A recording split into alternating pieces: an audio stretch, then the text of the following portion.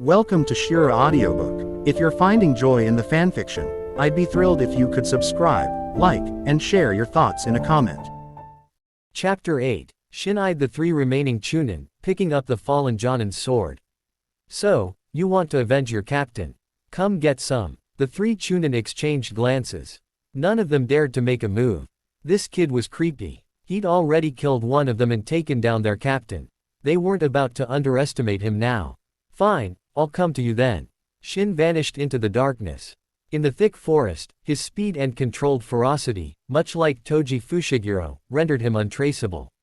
Watch out. But it was too late. Shin's sword pierced the Chunin's heart before he could finish his warning. Shin withdrew his sword and dashed towards the next Chunin. Water style. Water prison jutsu. Sensing the danger, the Chunin swiftly formed hand seals, encasing himself in a sphere of water for protection. The water prison jutsu was a C-rank jutsu that could trap enemies or be used defensively. You think that can stop me?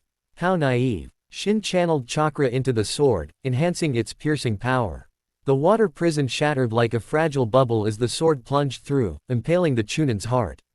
Another one down. Just one left. Shin looked at the last Chunin. Killing these elite Chunin was starting to feel like swatting flies. Kakashi graduated and became a genin at 5, and everyone called him a genius. I'm 5, and I'm wiping the floor with elite Chunin. What does that make me? A prodigy. A monster. Shin muttered to himself. Monster. You're a monster. The last Chunin pointed at Shin, his eyes wide with terror. He turned and fled. You're the monster. And you're not getting away. Shin stomped on the ground, creating a small crater. He shot forward like an arrow, chasing after the fleeing Chunin. This guy was crucial to his mission. Shin couldn't let him escape. And for his and Kushina's safety, he couldn't leave any witnesses. Die. Shin quickly caught up, swinging the sword. It wasn't ideal for slashing, but with Shin's strength, it would cleave the Chunin in two. The sword connected, and just as Shin relaxed, the figure he'd struck transformed into a log. A substitution jutsu. Substitution. Shin hadn't expected the Chunin to use a substitution jutsu at the last moment. Adamantine sealing chains. Chakra chains erupted from Shin's back, snaking through the forest and ensnaring the fleeing Chunin. Constrict. The chains tightened, tearing the Chunin apart. Shin's face paled as he looked at the gruesome sight. He quickly turned away. He was used to blood, having hunted animals in the forest. He hadn't felt anything when he killed the first Chunin. The next few deaths had caused a slight ripple in his emotions, but this last one, this was too much. The chakra chains dissipated. Shin leaned against a tree, gagging. He swore he'd never use the chains like that again. It was too brutal, even for him. Congratulations, Master. Mission complete. You have been awarded one advanced replication card. Phew, finally got the reward. Shin composed himself and called out to Kushina. Come out, Kushina. It's over. Kushina emerged, looking bewildered. It was over. It was too dark, and she didn't have the Sharingan. She hadn't seen anything. She walked over and saw the Jonin's body. Shin, how did you do it? Doesn't matter. Let's see what loot we got. Shin started rummaging through the Jonin's pouch while Kushina stood back, a little scared.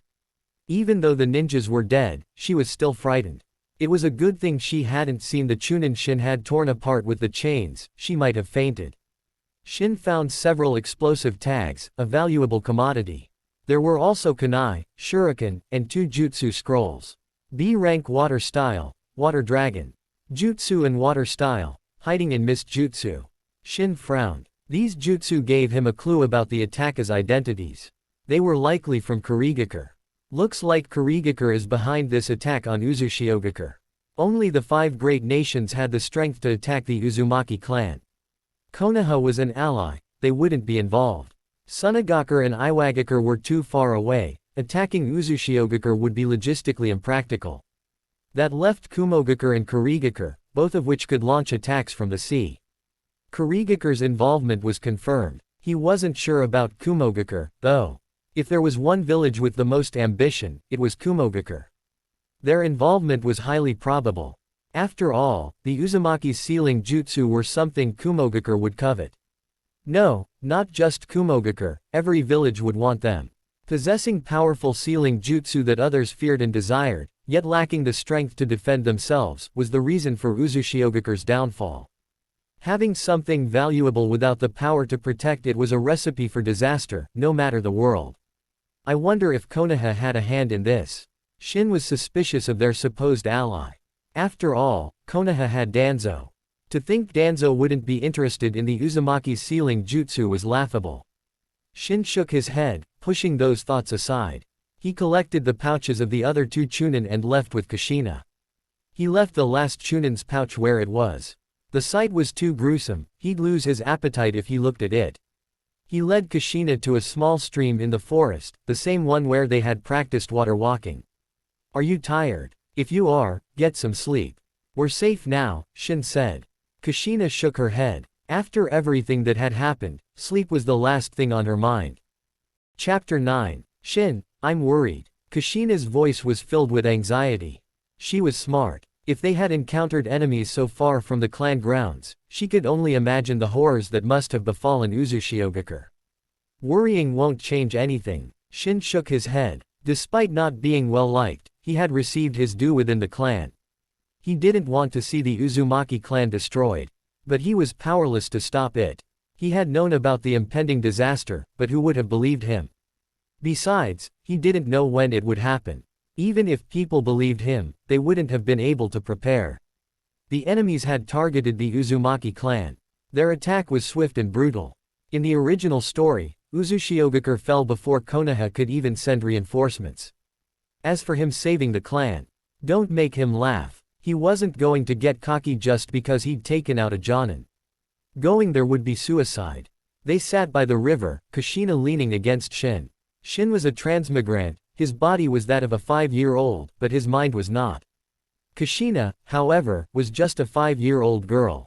Even though children in the ninja world matured quickly, the events of the night had shaken her to her core. Only in Shin's arms did she feel a sense of security. Shin, promise me you'll never leave me. Kushina looked up at him, her eyes pleading. She was terrified. When Shin had faced those ninjas, she had been so afraid he would be killed. She was relieved he was okay. If he hadn't been, she didn't know if she would have had the courage to go on. The thought of being alone was unbearable. I promise, Kushina. I'll never leave you. Shin met her gaze, his voice firm and reassuring. Kushina hugged him tightly, burying her face in his shoulder. Exhaustion finally caught up with her, and she drifted off to sleep. Shin smiled as he watched her sleep. He pulled out his pouch and examined its contents. He had already checked the Jonin's pouch. Besides ninja tools and 2 jutsu scrolls, there were some soldier pills and rations. He opened the pouches of the 2 Chunin. Kunai, shuriken, even senbon. More soldier pills, rations, and a few explosive tags. Explosive tags were valuable, but expensive. Their blast radius was small, but their destructive power was significant. He also found a jutsu scroll containing the chakra refinement technique in the basic Academy 3. The Academy 3 consisted of the substitution jutsu, transformation jutsu, and clone jutsu. They were the most basic E-rank jutsu. But basic didn't mean useless. The transformation and clone jutsu were easy to see through. Clones created with the clone jutsu couldn't attack, they were no match for shadow clones. The substitution jutsu, however, had its uses. It allowed for a quick swap with another object, useful for dodging attacks.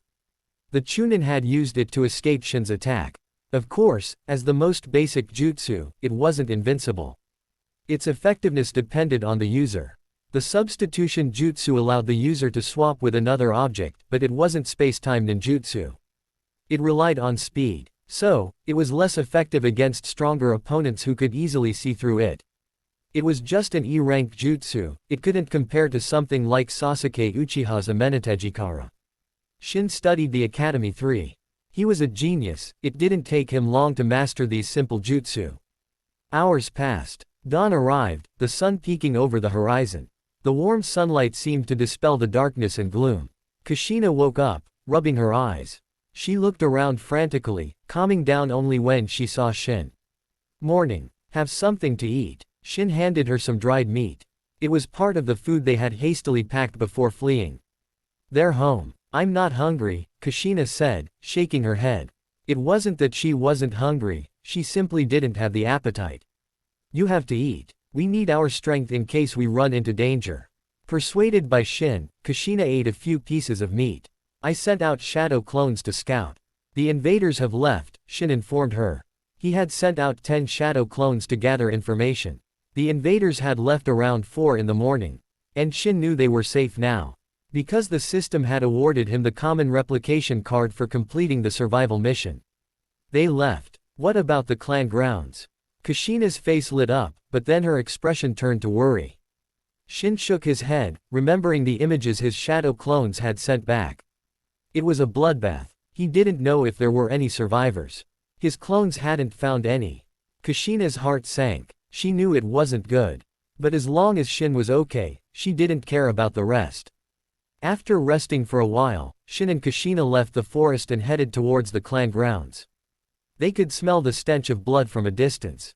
Kushina, don't be scared, Shin said, holding her trembling hand. Kushina nodded bravely and continued walking. But when they finally reached the clan grounds and saw the carnage, Kushina threw up. Even though Shin had seen the images through his shadow clones, the sight still made his stomach churn. Over 200 Uzumaki, practically all dead. The blood, it was truly a river of blood. And it wasn't just the blood of the Uzumaki. There must have been casualties among the invaders as well, though their bodies were nowhere to be seen. They must have taken their dead with them. Kushina, are you okay? Kushina shook her head, the meager breakfast she'd eaten now gone. The scene was too horrific. Shin, our clan, the Uzumaki clan is gone, Shin said with a sigh. His desire for strength intensified. In this world, without power, this was the consequence.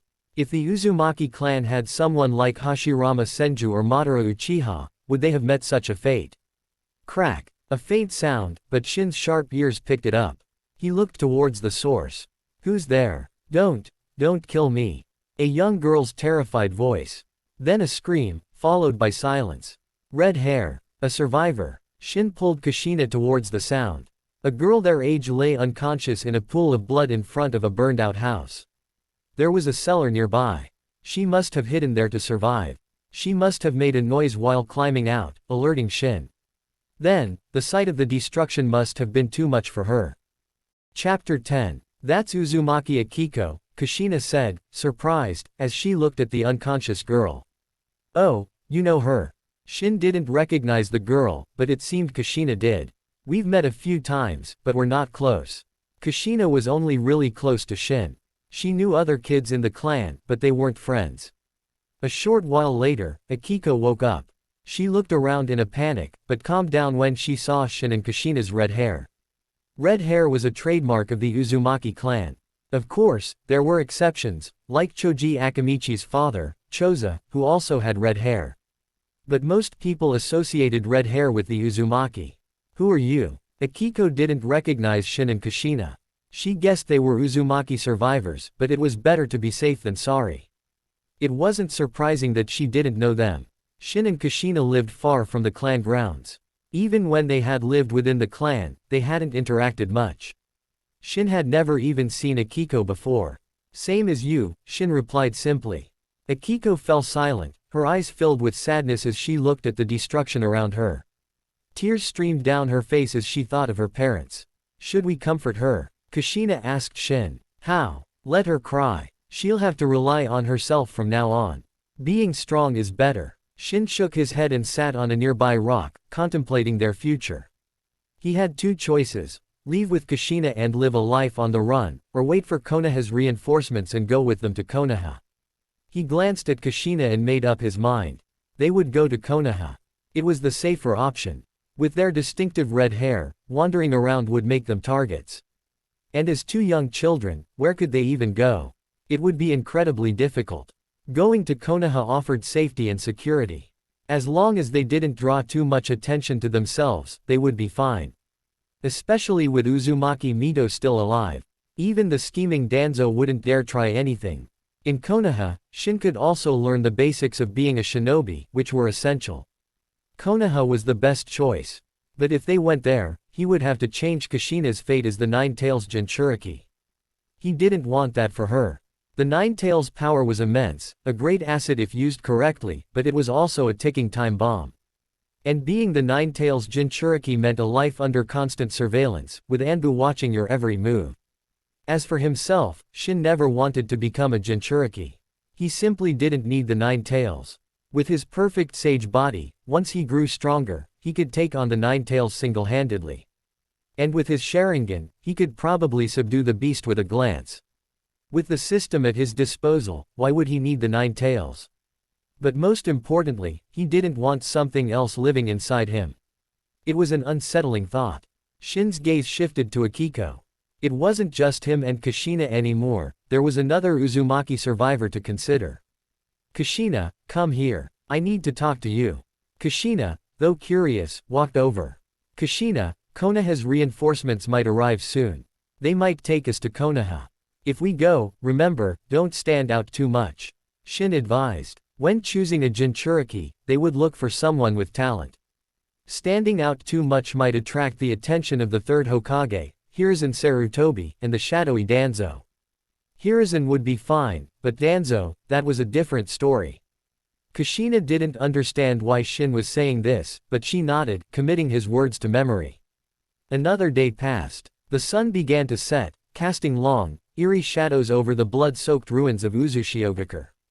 Thump, thump, thump, asterisk, footsteps. Shin's senses went on high. Alert. His left hand went to his pouch, gripping an explosive tag. His right hand held a katana. He was a bit small to be wielding a katana, but he had found it among the debris. It had a few chips, but it was still usable. Kushina moved closer to Shin, and Akiko, frightened, huddled next to them.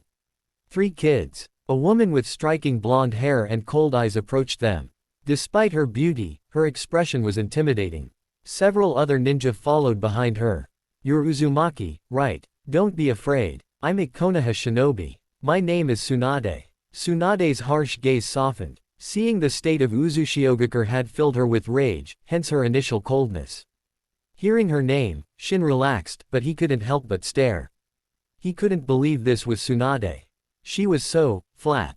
He couldn't fathom how she would transform into the, well, busty woman she would become. Are you all that's left of the Uzumaki clan? Tsunade asked. I don't know. Maybe there are other survivors.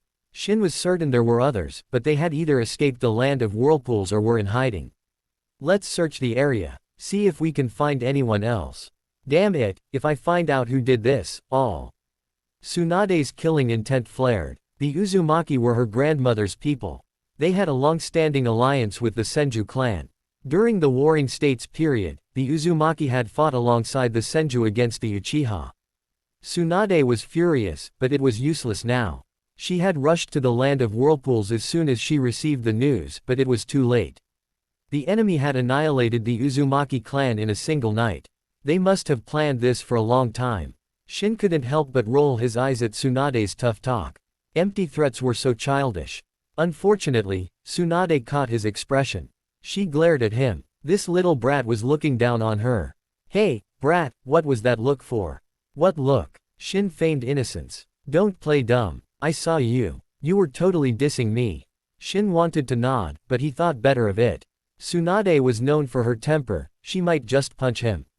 Nope, not me. You must be mistaken, Shin denied, maintaining his facade of innocence. Chapter 11. But she couldn't exactly punish him for that. She wasn't going to beat up a child, no matter how infuriating he was. Suddenly, Tsunade glared at Shin.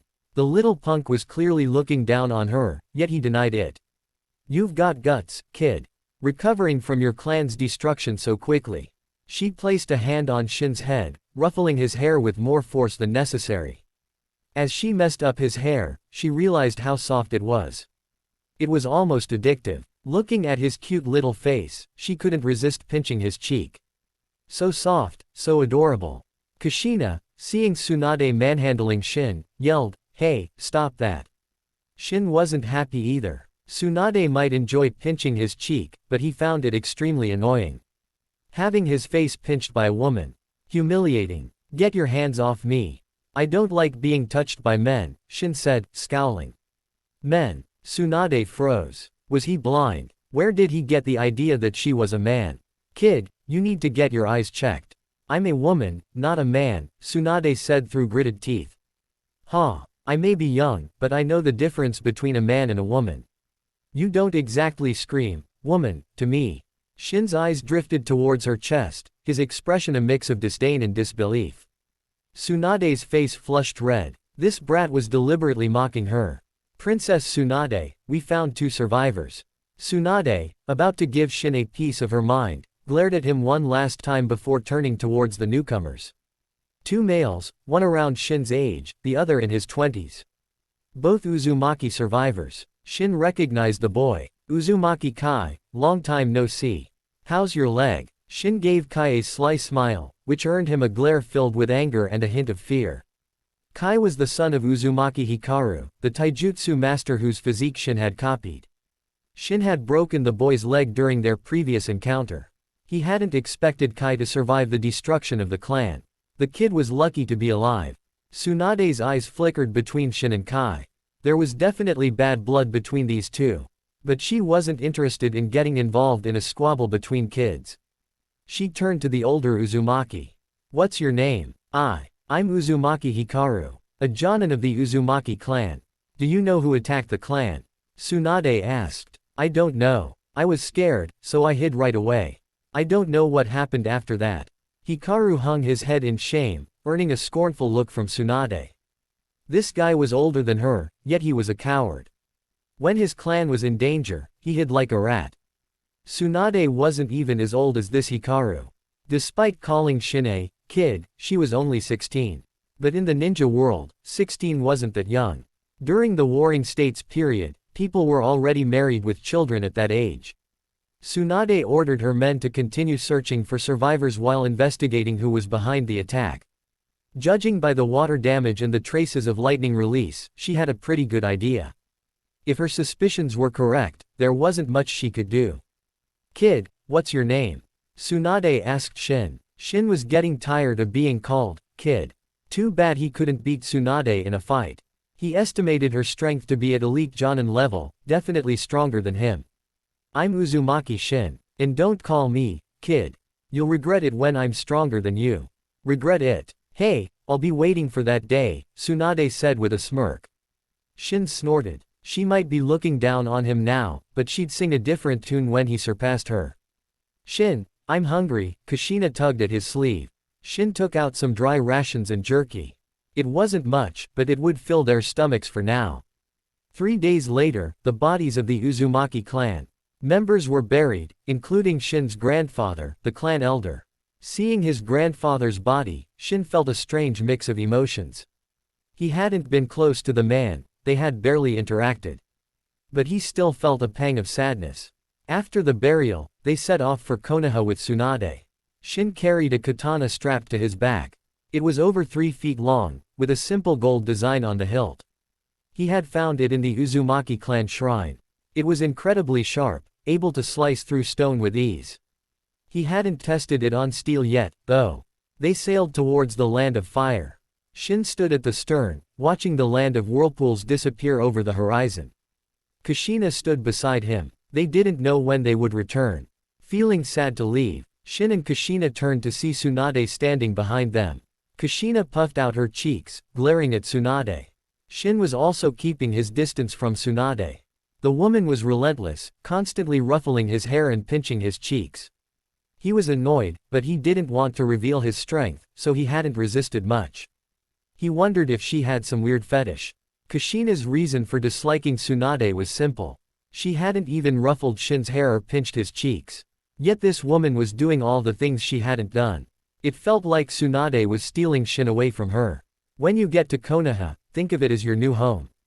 In time, you'll forget all the unpleasantness. HMPH, we don't need your comforting words. Come on, Shin. Kushina glared at Tsunade and dragged Shin into the cabin. This woman was the source of all her unpleasantness. That little brat. Tsunade noticed the hostility. Could she be jealous? Does she like Shin? Tsunade wondered. Kids these days, maturing so fast. That girl's only 5, right? Chapter 12. Shin, stay away from that woman from now on, Kushina said seriously once they were inside the cabin. Yeah, no arguments here. Shin wasn't keen on being manhandled and unable to retaliate. It was infuriating. He'd get her back when he was stronger. For now, he'd steer clear of Tsunade and her vice-like grip. His cheeks were still sore. Just wait, Tsunade, Shin thought darkly. Hours later, the ship finally reached the shore. Kushina, pale and nauseous, leaned heavily against Shin. Shin, I don't feel so good. My head is spinning. Shin supported her, surprised that she was seasick. It was probably because this was her first time on a ship. We're here, Kushina. Hang in there. Tisk, tisk, getting seasick. How embarrassing, Tsunade quipped, arms crossed. Kushina's open hostility had irked her. She didn't want to stoop to the level of a child, but seeing Kushina's pathetic state, she couldn't resist a jab. I am not seasick. Kushina weakly shook her head, trying to maintain a defiant front despite her nausea. Tsunade merely clicked her tongue. Continuing this squabble with a child was beneath her. Let's rest for a bit before we continue. Seeing that not only Kushina, but also Akiko and Kai, were suffering from seasickness, Tsunade called for a break. Shin was fine, he didn't get seasick. And Uzumaki Hikaru, being a Jonin, was also unaffected. They rested, ate some rations, and then resumed their journey. How long will it take to reach Konoha from here? Shin asked Tsunade. Come closer, and I'll tell you, Tsunade said with a sly grin, beckoning him with a finger. Nah, I don't need to know that badly. Shin and Kushina trailed behind, taking in the scenery of the Land of Fire. They had set foot on Land of Fire soil as soon as they disembarked. While not the largest of the 5 great nations, it definitely had the most fertile land. The trees here were lusher than those in the Land of Whirlpools, and the people seemed more prosperous. Shin-chan, how are we going to live in Konoha? Kushina asked, her voice laced with worry. Same as always. Don't stress, Kushina. And please, stop calling me, Shin-chan. Shin patted her head reassuringly. Kushina felt a wave of warmth. She was apprehensive about this unfamiliar place called Konoha, but with Shin by her side, her fears seemed to melt away. As long as she was with Shin, it didn't matter where they were. Gradually, Kushina's anxiety lessened. The shadow of the Uzumaki clan's destruction seemed a little less dark. What are you two chatting about? Tsunade had fallen back to join them. Wow, you actually have time to talk to us. Shin remarked. We're escorting you, but we're in Land of Fire now. The most we'll encounter are bandits. It's safe here. Tsunade had been vigilant before entering Land of Fire, but now she was completely relaxed. Whoosh, whoosh, whoosh. A volley of kunai and shuriken rained down on them, some even strapped with explosive tags. Shin's face paled. He couldn't worry about hiding his strength now. He grabbed Kushina and dodged. The Senju ninjas, though caught off guard, were still highly skilled. They reacted quickly, shielding the Uzumaki survivors and evading the attack. Tsunade's eyes widened. She had been about to pull Shin and Kushina out of the way, but Shin had reacted first, moving with incredible speed. She estimated his speed to be on par with her own. Looks like that kid Shin isn't simple after all. She quickly dodged the projectiles. Now wasn't the time to ponder this, she had to deal with the attackers. Her eyes turned cold. To be ambushed within Land of Fire borders was unacceptable. And she had just told Shin that it was safe here. This was a slap in the face. Tsunade felt her cheeks burn with shame. These attackers would pay. Shin and Kushina took cover behind a large tree, Shin's arm protectively around Kushina. His eyes darted around, alert for any movement. If only I could awaken the Uzumaki clan's Mind's Eye of Kagura.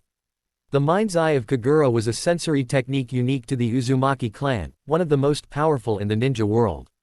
When activated, it allowed the user to sense chakra fluctuations within a radius of several dozen kilometers. With a known chakra signature, it could pinpoint the target's location, movement, number of people, and even their speed. Its sensory capabilities were comparable to the Byakugan. Unfortunately, very few Uzumaki could awaken this ability. In the original story, only Karen was known to possess it. Shin didn't know if he could awaken it. If he had the Mind's Eye of Kagura, he could easily pinpoint the enemy's location and movements, making it easier to defend against them. Unlike now, where he was forced to rely on his senses and constant vigilance to avoid being caught off guard. Shinobi were masters of assassination, surprise attacks were their specialty. Kushina, don't be afraid. I'll protect you. I'm not afraid, Kushina said, clenching her fists. She hated being the damsel in distress. I have to train harder. She resolved to become stronger so she wouldn't be a burden to Shin. As Shin and Kushina hid, the battle raged. Over 20 ninjas, clad in identical uniforms and without forehead protectors, emerged from the forest. It was impossible to tell which village they were from. They charged towards the Senju ninjas, weapons drawn. Tsunade channeled chakra throughout her body, activating her monstrous strength. A powerful aura enveloped her. Die! She punched one of the attackers, sending him flying like a ragdoll. He was dead before he hit the ground. That was the power of Tsunade's monstrous strength. Chapter 13. Yikes, that's brutal. Shin watched from his hiding spot as Tsunade pulverized another ninja with a single punch, the impact leaving the poor guy looking like he'd been hit by a truck. Shin winced. Twice. This woman's strength is ridiculous. I must not. Wait, what am I even thinking? Shin, what are you muttering about? Kushina nudged him. Nothing. Kushina, don't you think she's a bit violent? Shin eyed the mangled remains of the ninja. He wouldn't want to be on the receiving end of one of those punches. Violent. Nah, she's all right, Kushina said, her eyes practically sparkling with admiration. Shin instinctively took a step back. Did Kushina have violent tendencies? He suddenly remembered that Kushina's temper wasn't exactly angelic. Shin turned his attention back to Tsunade. Her strength was probably at elite Jonin level, but she was displaying power far beyond that. One-punching ninjas like they were toddlers. Who sent these guys? Shin observed the attackers. Initially, he thought they were after the Uzumaki survivors. But now it seemed they were targeting the Senju. He noticed that Uzumaki Hikaru was no longer under the protection of the Senju ninjas. If the attackers were after the Uzumaki, they would have gone for Hikaru. A strange thought crossed Shin's mind. Could these ninjas be from Konoha? It wasn't impossible. They were in Land of Fire, after all. If over 20 foreign ninjas could infiltrate Land of Fire without Konoha, the most powerful hidden village, noticing something was fishy. Man, maybe going to Konoha isn't such a safe bet after all. Perhaps Konoha had something to do with the destruction of Uzushiogakure. Konoha had only sent Tsunade and 9 other Senju to aid the Uzumaki. It was a good thing the invaders had already left, otherwise, this rescued team would have been slaughtered. Now they were being attacked within Land of Fire, and the attackers seemed to be targeting the Senju. Considering the future of the Senju clan, with only Tsunade remaining, Shin's suspicions grew stronger. But even if he was right, he wouldn't say anything. It was just speculation, he had no proof. And even if he did, what good would it do? Loose lips sink ships. Some things were better left unsaid. He didn't know if these were Hiruzen's men or Danzo's. His gut said Danzo. Tsunade was Hiruzen's disciple. Hiruzen wasn't a saint, but he wasn't evil either. He wouldn't attack his own student. But Danzo. That guy was capable of anything. I'll have to watch out for Danzo in Konoha. But as long as I keep a low profile, he shouldn't notice me. But Tsunade had seen him move with incredible speed while dodging the kunai and shuriken. Hopefully, she wouldn't mention it. Damn it. Tsunade noticed one of the attackers cutting down Senju ninjas with ruthless efficiency. She estimated his strength to be at elite Jonin level, perhaps slightly weaker than her, but far stronger than the others. He had already killed 3 Senju Jonin. Tsunade's eyes blazed with fury. She tried to reach him, but she was blocked by Chunin, who fought with suicidal desperation. Get out of my way, you little ants. Tsunade slammed her foot into the ground, creating a spiderweb of cracks. The earth shook, throwing the Chunin off balance. Some of them even stumbled and fell into the fissures, unable to move. Tsunade ignored them and charged towards the elite Jonin. The Jonin retreated, shooting Tsunade a cold look. Retreat, he yelled. The attackers vanished into the forest without hesitation. Tsunade glared at their retreating figures, frustrated. They had managed to capture one alive, but he had committed suicide before they could interrogate him. Shin and Kushina emerged from their hiding spot. Shin looked at Tsunade, her eyes red with rage, and shook his head. This was a tragedy. 3 Senju Jonin were dead. Only 6 remained, and they were all wounded. Jonin were valuable assets to any hidden village, even more so to a clan. The Senju clan was a shadow of its former glory. Besides Tsunade, they only had 9 Jonin, and now 3 were gone. Collect their bodies. Let's go, Tsunade said grimly. They continued towards Konoha, the mood somber. 2 days later, they finally reached Konoha, the most powerful hidden village in the ninja world. The rest of the journey was uneventful. You all head back and see to their burial. I'll take these children to see the Hokage, Tsunade instructed the remaining Senju. They nodded and headed towards the Senju clan compound. Tsunade led Shin, Kushina, Akiko, Kai, and Hikaru, the 5 Uzumaki survivors, to the Hokage's office. Upon reaching the office, Tsunade punched the door to splinters. Hiruzen Sarutobi looked up, his eyebrow twitching as he saw Tsunade. "Ah, Tsunade, you're back. How did it go with the Uzumaki clan?" He didn't even bother mentioning the door. This wasn't the first time she'd done this. "The Uzumaki clan is gone.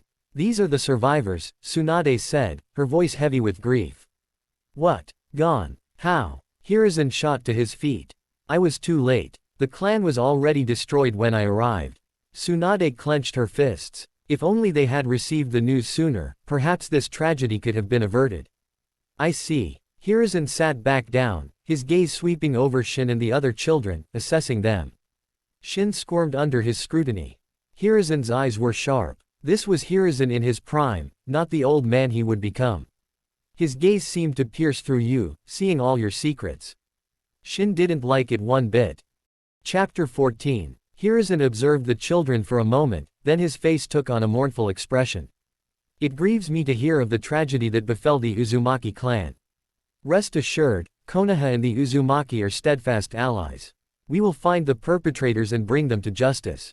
For now, make yourselves at home in Konoha. You are safe here, no one will harm you." Hiruzen's words seemed to ease the tension. Hikaru and Kai visibly relaxed. "Lord Hokage, please, you must find those who did this," Kai cried. Akiko also wept, tears flowing freely as she remembered her loved ones. "We will avenge the Uzumaki clan. They are our allies, and anyone who harms them is an enemy of Konoha," Hiruzen declared solemnly.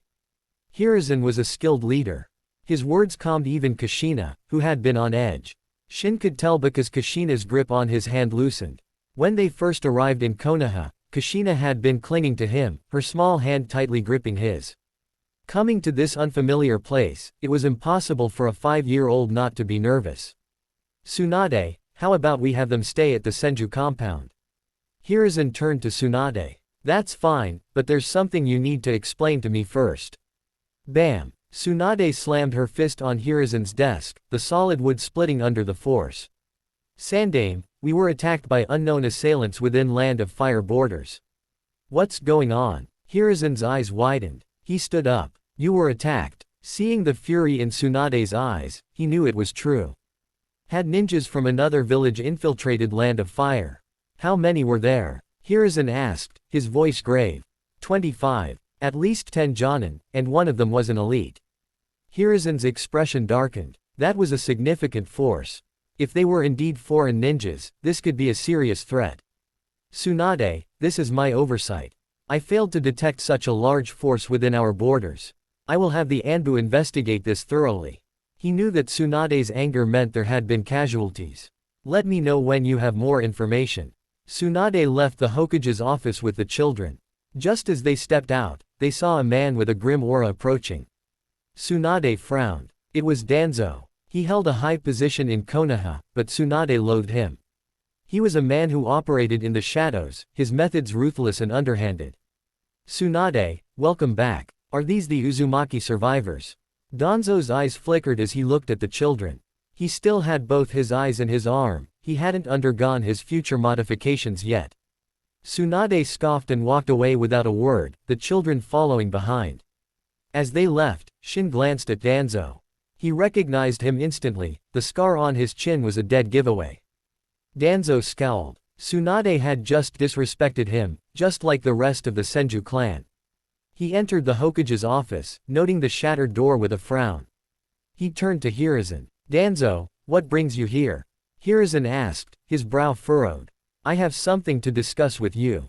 "As do I." Hiruzen walked to the window, watching Tsunade lead the Uzumaki survivors away. He waved a hand. The Anbu guards hidden in the shadows vanished. Only Hiruzen and Danzo remained in the office. "Danzo, Tsunade said she was attacked on her way back. I want to know if you had anything to do with it." Hiruzen's gaze was sharp and accusatory. HMPH, are you implying that I attacked your student? Danzo snorted, his eyes narrowing. I had nothing to do with it. Danzo stormed out, abandoning whatever he had wanted to discuss. It was you, wasn't it, Danzo? Hiruzen sat down heavily. He knew Danzo better than anyone. Even though Danzo hadn't betrayed himself, Hiruzen could see through his lies. Punish Danzo. He had no concrete evidence. And even if he did, he would protect Danzo. He would have to find a way to appease Tsunade. This is the Senju clan compound. You'll be staying here. Most of the houses are empty, choose whichever you like. Tsunade led the children into the compound. It's so big. Even bigger than the Uzumaki clan grounds, Akiko exclaimed. Shin looked around. It was eerily empty. It seemed the once great Senju clan was a shadow of its former self. Kushina, which one do you want? Shin asked. Shin, and you, little girl, come with me, Tsunade said. Shin looked at her questioningly. Kid, you weren't exactly subtle back there. I saw what you did, Tsunade said with a knowing smirk before turning and walking away. Shin's face stiffened. He hesitated for a moment, then took Kushina's hand and followed Tsunade. Kai watched them leave, jealousy burning in his eyes. Why is Lady Tsunade treating him differently? He muttered resentfully. Akiko didn't think too much about it. Having a place to stay was good enough for her. She chose an empty house and started cleaning. Why are we following her? Kushina grumbled. Shin shrugged. Tsunade had seen a glimpse of his true strength. He just hoped she wouldn't tell anyone. If she did, life in Konoha would become complicated. They followed Tsunade to a small courtyard. There are a few empty rooms over there. You can stay here, Tsunade said. Thank you, Lady Tsunade. Shin looked around the courtyard. It was much nicer than the other houses they had seen. Does anyone live here? He asked. Yes, I do. It gets lonely living alone, so I thought I'd have you, my interesting little friend, stay here. Tsunade looked at Shin with amusement. She was intrigued by this unusual child. And you too, little girl. You're welcome, Tsunade said to Kushina. I won't thank you. Kushina snapped, clearly annoyed at being treated as an afterthought. Thank you for tuning into today's video fan fiction story. If you enjoyed it and would like to see more, please consider subscribing to the channel, liking the video, and sharing your thoughts in the comments for the next exciting installment.